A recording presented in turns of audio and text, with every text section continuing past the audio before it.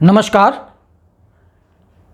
आज हम भावों के स्वामियों की श्रृंखला को जारी रखते हुए सबसे महत्वपूर्ण भाव नवम भाव पर चर्चा करेंगे। नवम भाव जो हमारे जीवन में, हमारी कुंडली में एक बहुत ही महत्वपूर्ण योगदान देता है और इसी के आधार पर हमारे भाग्य का निर्माण होता है। हमारी कुंडली में हमारा भाग्य कितना साथ देगा, हम जीवन में क्या पाएंगे क्या नहीं पाएंगे, हमें पाने के लिए कितना प्रयास करना पड़ेगा, वह सब हमारा भाग्य स्थान निर्धारित करता है। नवम भाव और पंचम भाव हमारे पूर्व जन्म के जो कर्म हैं उसके आधार पर ही नवम भाव का निर्माण होता है। नवम भाव से हम अपने पिता को देखते हैं। यह त्रिकोण भाव है, यानी लगन से नवम। कुंडली में 3 त्रिकोण होते हैं, 1, 5 और 9। पहला भाव, 5वां भाव और 9वां भाव। इन तीनों त्रिकोण को हम लक्ष्मी स्थान भी कहते हैं। तो इस स्थान से हम अपने पिता को, धर्म को, अपनी उच्च शिक्षा को, विदेश यात्रा को, हमारे जो संस्कार हैं उनको, संस्कारों की पवित्रता को और विदेश यात्रा को देखते हैं। यह धर्म त्रिकोण का आखिरी त्रिकोण है और इसके कारक गुरु यानी बृहस्पति और सूर्यदेव हैं। तो आइए चर्चा शुरू करते हैं नवम भाव से।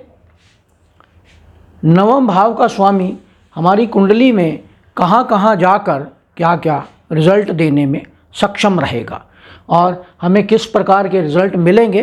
तो आज हम पहले भाव, दूसरे भाव और तीसरे भाव पर चर्चा करेंगे। नवम भाव पर कुल मिलाकर हम 4 वीडियो बनाएंगे अलग अलग, क्योंकि वीडियो का साइज़ बहुत लंबा हो जाता है और दर्शकों को देखने में भी समस्या होती है। तो इसलिए हम इसको 3-4 भागों में डिवाइड करके चलेंगे। आज हम चर्चा करेंगे पहले भाव की, दूसरे भाव की और तीसरे भाव की। तो यह होता है हमारा नवम भाव, यानी 1, 2, 3, 4, 5, 6, 7, 8 और 9।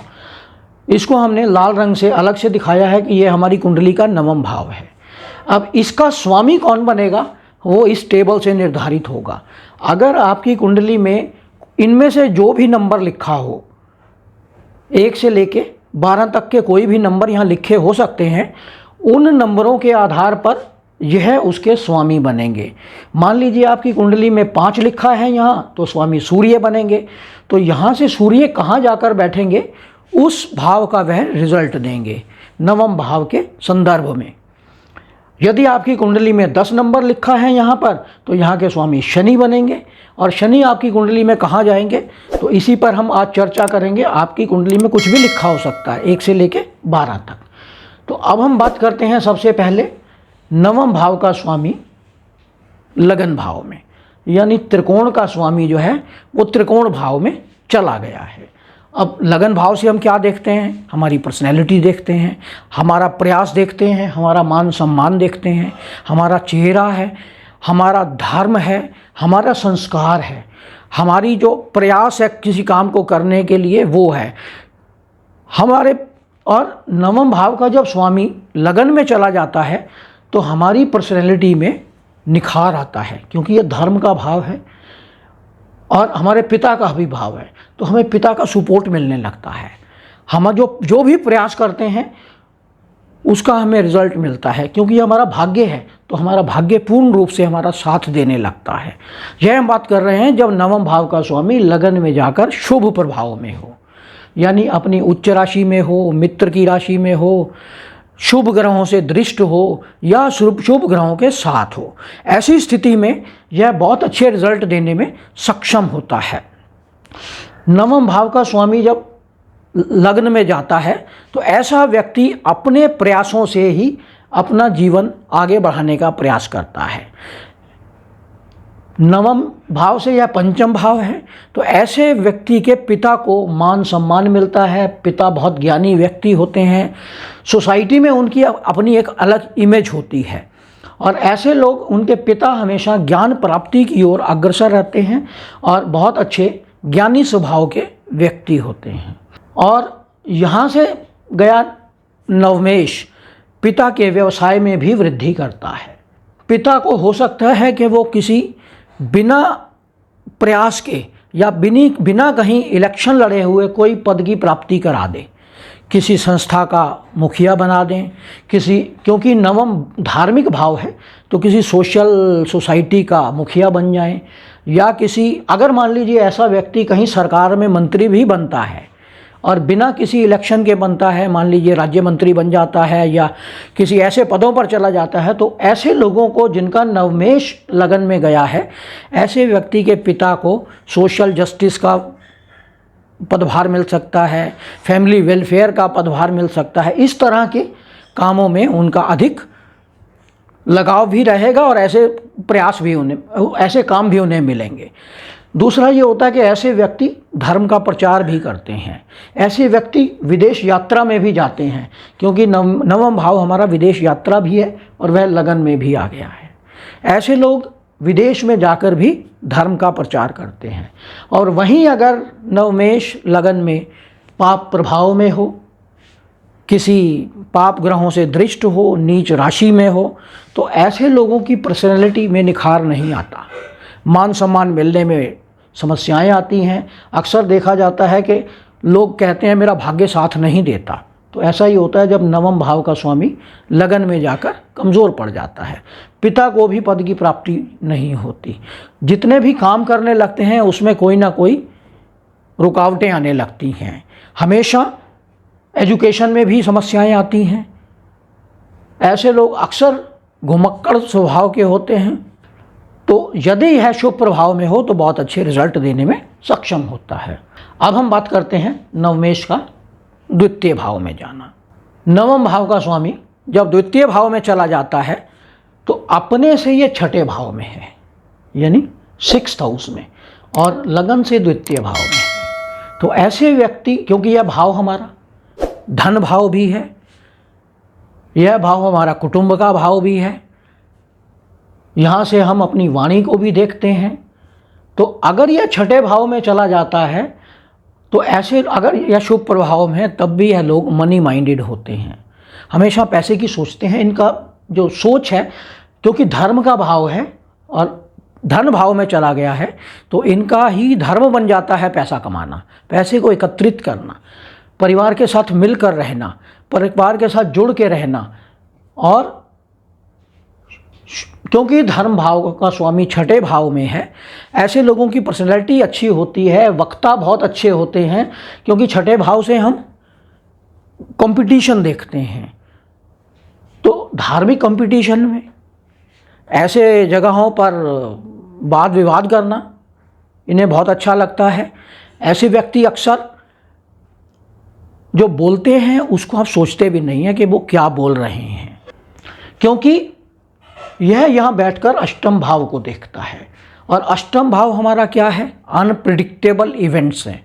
तो ऐसे व्यक्ति की जो वाणी है वो अनप्रिडिक्टेबल हो जाती है, वह क्या बोलेगा आप सोच भी नहीं पाएंगे, लेकिन हमेशा हाँ धर्म से संबंधित बात करेगा। ऐसे व्यक्ति बहुत अच्छे ज्योतिषी भी बन सकते हैं, क्योंकि अष्टम भाव हमारा ज्योतिष का है, तंत्र शास्त्र का है, मंत्र सिद्धि का है। तो और अगर नवमेश पाप प्रभाव में हो तो ऐसे व्यक्ति पैसा कमाते हैं, लेकिन गलत तरीके से पैसा कमाते हैं, बोलते हैं हमेशा कड़वी बात बोलते हैं, धर्म के विरुद्ध बात करते हैं, पर्सनैलिटी बहुत अच्छी नहीं होती। ऐसे लोग अक्सर देखा जाता है इनकी ड्यूअल पर्सनैलिटी होती है, यानी हिपोक्रेट्स होते हैं।